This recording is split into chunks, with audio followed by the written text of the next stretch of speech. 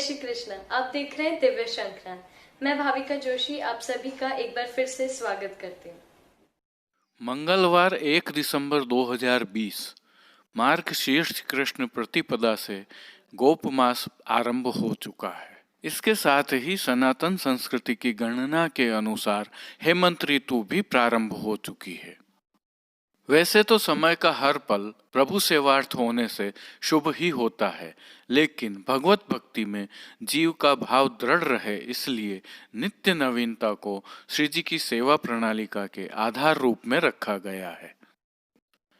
इसी भाव से मार्गशीर्ष, जिसे मृगसर भी कहते हैं, मास को सबसे उत्तम माना गया है, जो भक्ति, सेवा, अलौकिक और लौकिक सभी पहलुओं के मानकों पर सर्वोत्तम है। यह सिद्ध करने के लिए श्रीमद् भागवत के एकादश स्कंद में भगवान आज्ञा करते हैं, मासा नाम मार्गशीर्षो अहम नक्षत्राणा तथा भीजितः। गीता जी में भी विभूति योग में प्रभु आज्ञा करते हैं, मासा नाम मार्गशीर्षो अहम ऋतु नाम कुसुमाकरः। अर्थात यह सभी जो क्रम बनाए गए हैं वह वैज्ञानिक आधार पर हैं। पुष्टि मार्ग की सेवा, उत्सव, महोत्सव भी श्रीमद् भागवत के आधार पर ही है। यह गोप मास भी श्रीमद् भागवत के आधार पर ही है। इसीलिए पुष्टि मार्ग में भी इस मास को गोप मास कहकर विविध सेवा सामग्री तथा उत्सवों के प्रकार कहे गए हैं। आचार्य श्री विठलनाथ जी गोसाई जी ने भी रसमंडन में हेमंत को सर्वोत्तम बताया है। हमारे पुष्टि मार्ग की सेवा में कार्तिक, मार्गशीर्ष एवं पौष मास श्री ललिता जी के भाव के मास हैं। मार्गशीर्ष प्रतिपदा से गोप मास का प्रारंभ होता है। श्री ललिता जी की सेवा का यह दूसरा मास है।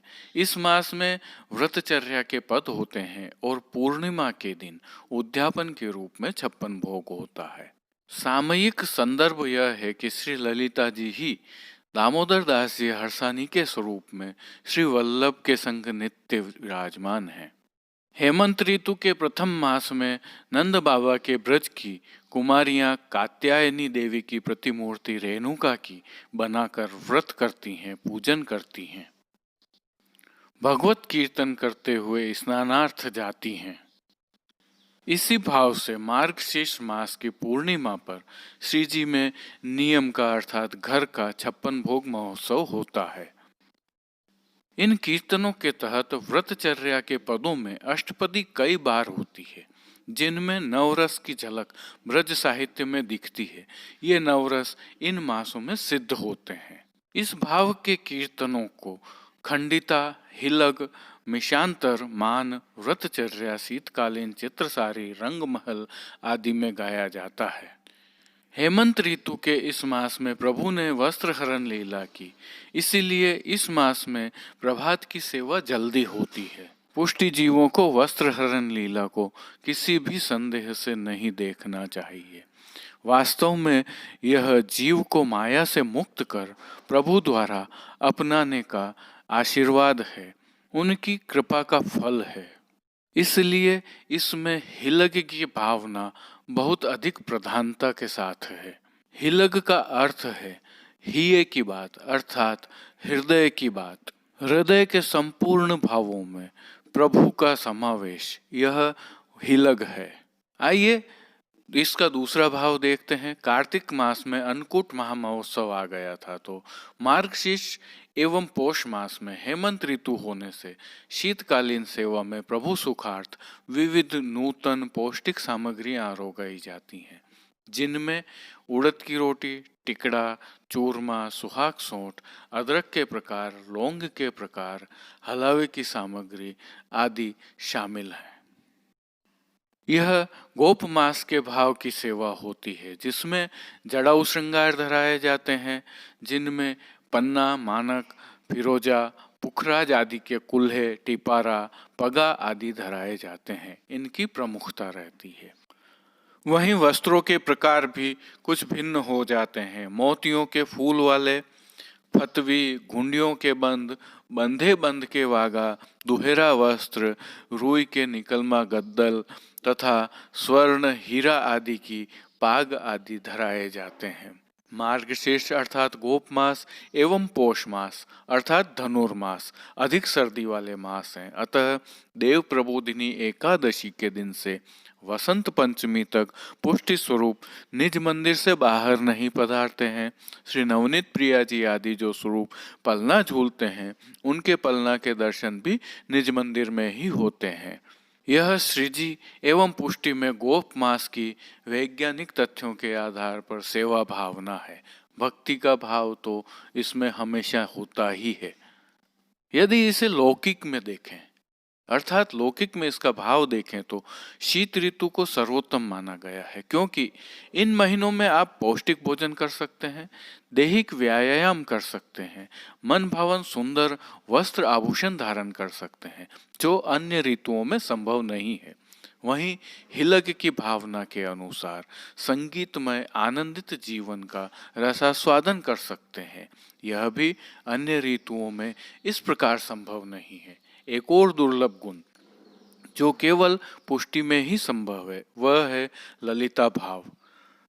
लौकिक में ललिता भाव को देखें तो इसे इस प्रकार देखा जा सकता है कि अनेक ललित कलाओं का ज्ञाता ही प्रभु सेवा, भजन और अपने जीवन में ललितता ला सकता है।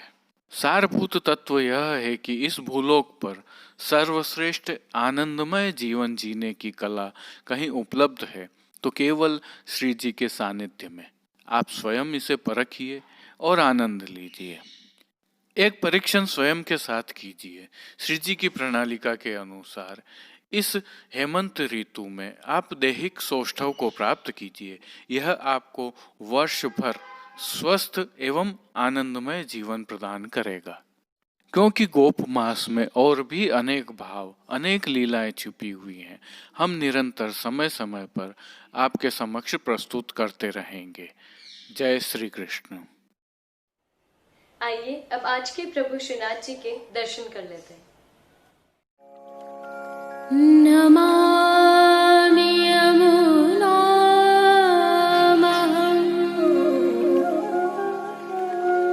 सकलसिद्धिहेतुं मुदा मुरारिपदपङ्कज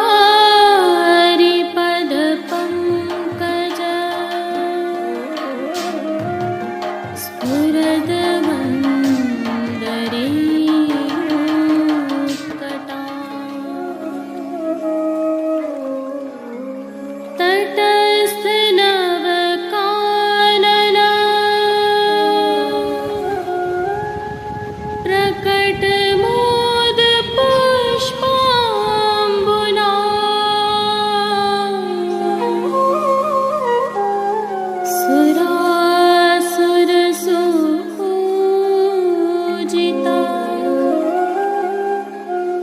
स्मरपितुः श्रियं बिभ्रतिम्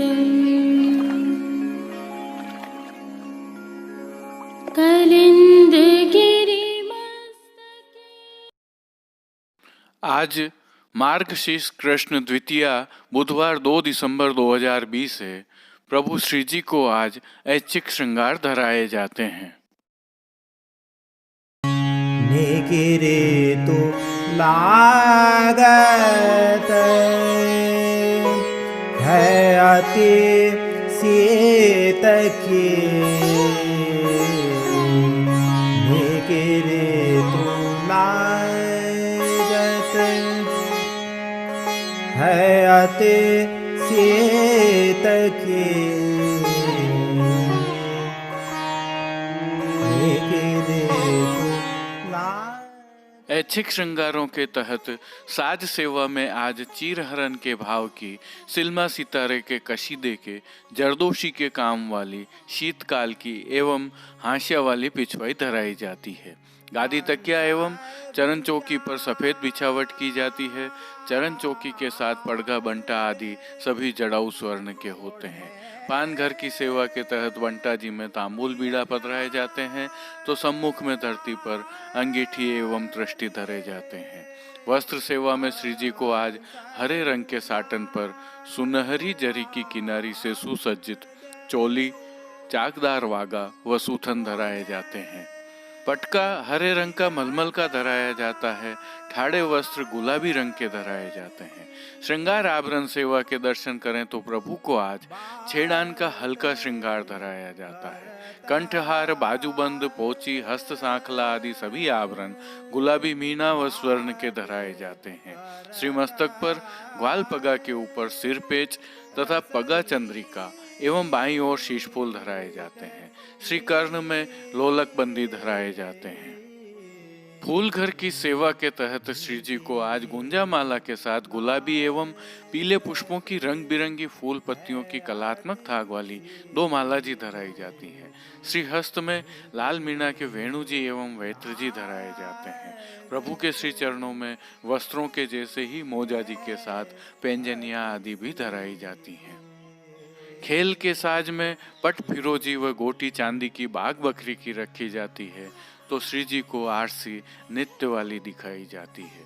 संध्याकालीन सेवा में संध्या आरती दर्शन के उपरांत प्रभु के श्रीकंठ के आभरण बड़े कर लिए जाते हैं और शयन दर्शन हेतु छेड़ान के श्रृंगार धराए जाते हैं। श्री मस्तक पर लोम तुरा रुपहरी धराए जाते हैं।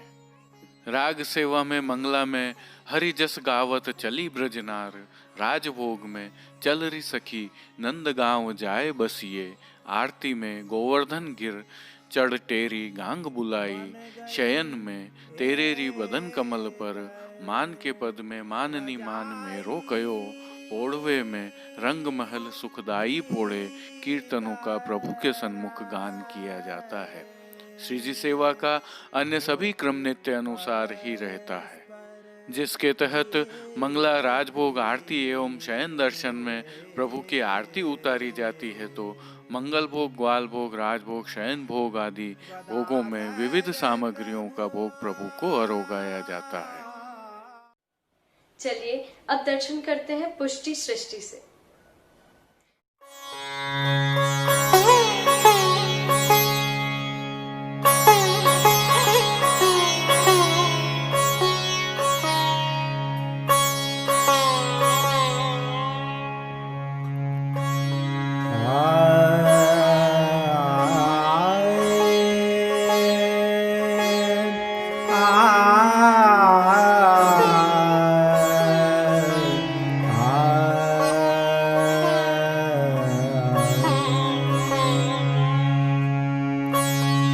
निकिरेतु लागत है अति सीत की, निकिरेतु लागत है अति सीत की, निकिरेतु लागत।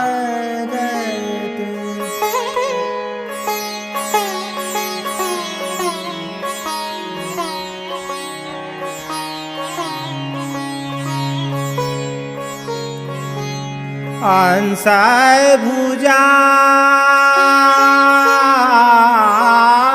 दे ओढ़े पिय प्यार रे, अंसाय भुजा दे ओढ़े पिया प्यारी,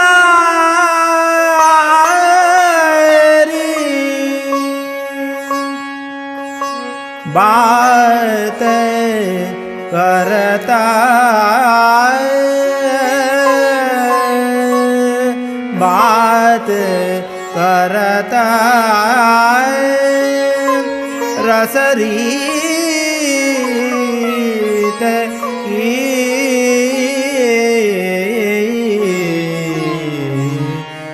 निकिरे तो लागत है अति शीत की, निकिरे तो लागत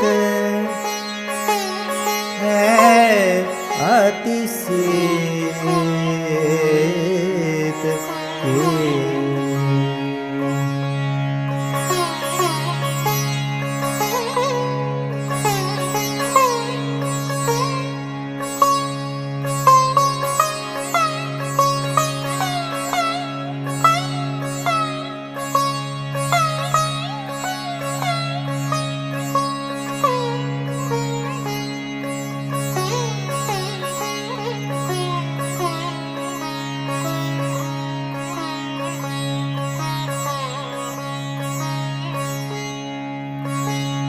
बन गई एक रजाई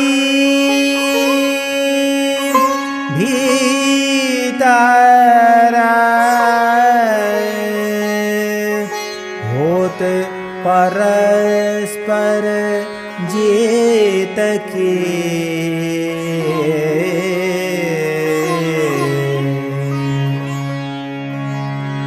गदाधर प्रभु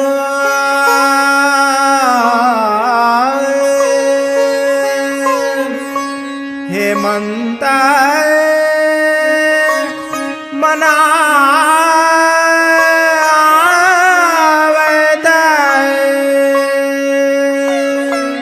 गदाधर प्रभु हेमंत मनावत,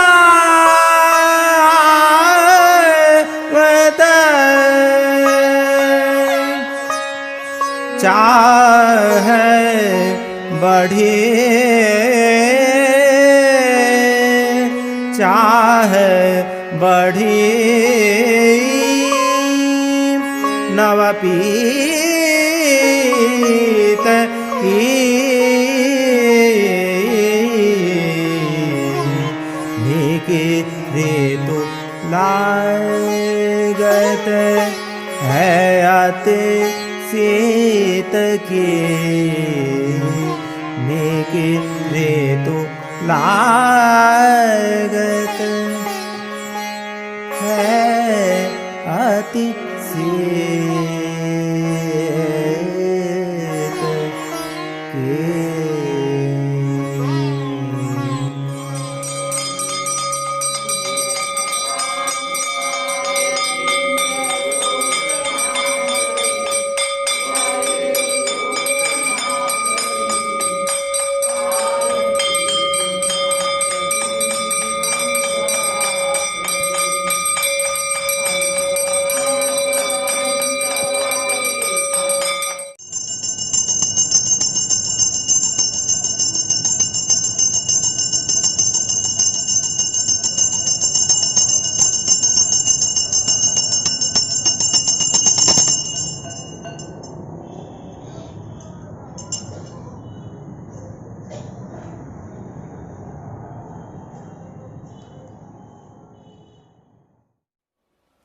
आज के लिए बस इतना ही। कल फिर मिलेंगे। देखते रहिए दिव्य शंखनाद। जय श्री कृष्ण। अपने विचार हमें कमेंट सेक्शन में बताइए और इस वीडियो को अधिक से अधिक शेयर कीजिए। धन्यवाद। जय श्री कृष्ण। दिव्य शंखनाद के लिए कृष्ण कन्हैया सनाट्य के साथ कैलाश पालीवाल, कुलदीप शर्मा, राजूभाई सनाट्य, कमलेश पालीवाल, जतिन सनाट्य और कांकरोली से गौरव पालीवाल की प्रस्तुति। कीर्तन श्री गिरधर गोपाल जी मापावाला काकासा एवं रवि गोपाल जी मापावाला, कीर्तन समाज नागपुर से साहब। पुष्टि सृष्टि के दर्शन